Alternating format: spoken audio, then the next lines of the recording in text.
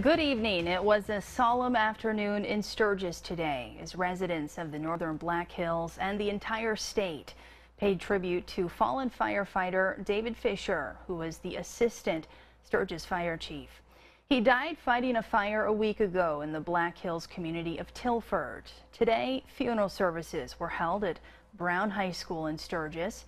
His body was laid to rest at Black Hills National Cemetery. KELOLAND's Al Van Zee reports. At the high school auditorium, there were representatives of fire departments from across the Black Hills area and from across the state. There were also representatives from the South Dakota National Guard. David Fisher was a firefighter and a Guard member. Honor Guard units, each in their turn, paid solemn tribute to Fisher, as those in the auditorium did as well. One of the officiants at the ceremony was Chaplain Colonel Lynn Wilson, who read the words of a poem written to honor those who do this dangerous work, people such as David Fisher. It is those who seek to help, he said, who care for others first, who do not run for cover when things are at their worst. There are two kinds of people, this I found is true, those who run from and those who run to.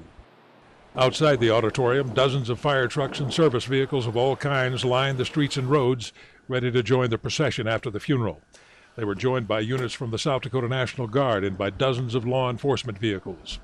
All over Sturgis, flags flew at half-staff, and at a small diner along the route of the procession, the owner of Sturgis Subs was handing out small American flags for those waiting to pay their last respects. It's a small community and it really has hit hard. So from everything that I have learned about him in the last week, he definitely is a local hero. At the Black Hills National Cemetery, fire engine crews lifted a giant American flag across the entrance to the place where Fisher would be laid to rest. In Sturgis, as the procession passed, some covered their hearts, some saluted, some simply stood at quiet attention. The vehicles en route to the cemetery formed a line more than 5 miles long.